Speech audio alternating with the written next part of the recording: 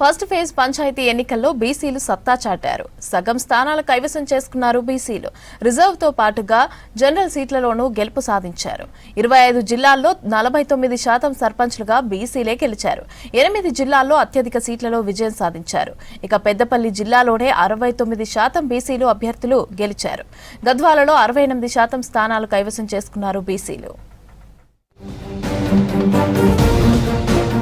మొదటి విడత పంచాయతీ ఎన్నికల్లో బీసీలు సత్తా చాటారు. బీసీ రిజర్వేషన్లు పోను మిగతా జనరల్ స్థానాల్లోనూ సర్పంచ్లుగా పోటీ చేసి విజయం సాధించారు. కొన్ని చోట్ల ఓసీలతో పోటీ పడి గెలవగా మరికొన్ని చోట్ల బీసీ అభ్యర్థులతోనే తలపడి గెలిచారు. రాష్ట్ర వ్యాప్తంగా 8 జిల్లాల్లో సగానికి పైగా సర్పంచ్ స్థానాలు బీసీల ఖాతాలు పడ్డాయి. అత్యధికంగా పెద్దపల్లి జిల్లాలో ఎన్నికలు జరిగిన 98 పంచాయతీల్లో 68 చోట్ల బీసీలే సర్పంచ్లుగా విజయం సాధించారు.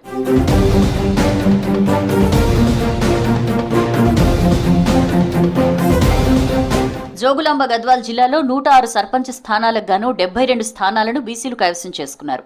మొత్తం 31 జిల్లాల్లో పంచాయతీ ఎన్నికలు జరగగా జనరల్ స్థానాలు పెద్దగా లేని 3 ఏజెన్సీ జిల్లాలు భద్రాద్రి, ములుగు, ఆసిఫాబాద్ సహా నల్గొండ, రంగారెడ్డి, వికారాబాద్ జిల్లాలను పక్కన పెడితే మిగిలిన 25 జిల్లాల్లో 1229 మంది బీసీ సర్పంచ్లుగా గెలిచారు.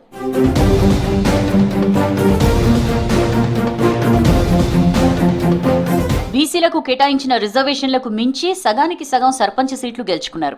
కరీంనగర్ జిల్లాలో 92 గ్రామ పంచాయతీలకు గాను 58 చోట్ల బీసీలు గెలిచారు. వాస్తవానికి ఈ జిల్లాలో 25 స్థానాలు మాత్రమే బీసీలకు రిజర్వ్ అయ్యాయి.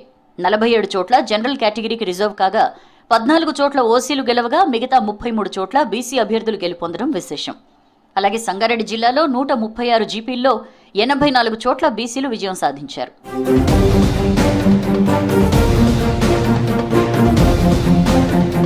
జగిత్యాల జిల్లాలో 122 గ్రామ పంచాయతీల్లో 73 పంచాయతీలను బీసీ అభ్యర్థులు కైవసం చేసుకున్నారు. మెదక్ జిల్లాలోని 160 జీపీల్లో 92, రాజన్న సిరిసిల్ల జిల్లాలో 85 జీపీల్లో 46, సిద్దిపేట జిల్లాలో 163 గ్రామ పంచాయతీల్లో 88 చోట్ల బీసీ ఏరియా మండలాలు కలిగిన ఆసిఫాబాద్, ములుగు అభ్యర్థులు గెలుపొందారు. మేడ్చల్, మల్కాజ్గిరిలో బీసీ సర్పంచ్ల సంఖ్య 2-3కు మించలేదు.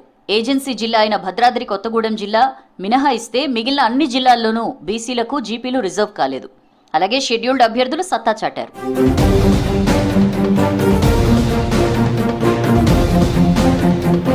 జోగులాంబ గద్వాల జిల్లాలోని గట్టు మండలంలో 14 గ్రామాలు జనరల్కు కేటాయించగా ఏకంగా 13 చోట్ల బీసీలు గెలుపొందారు.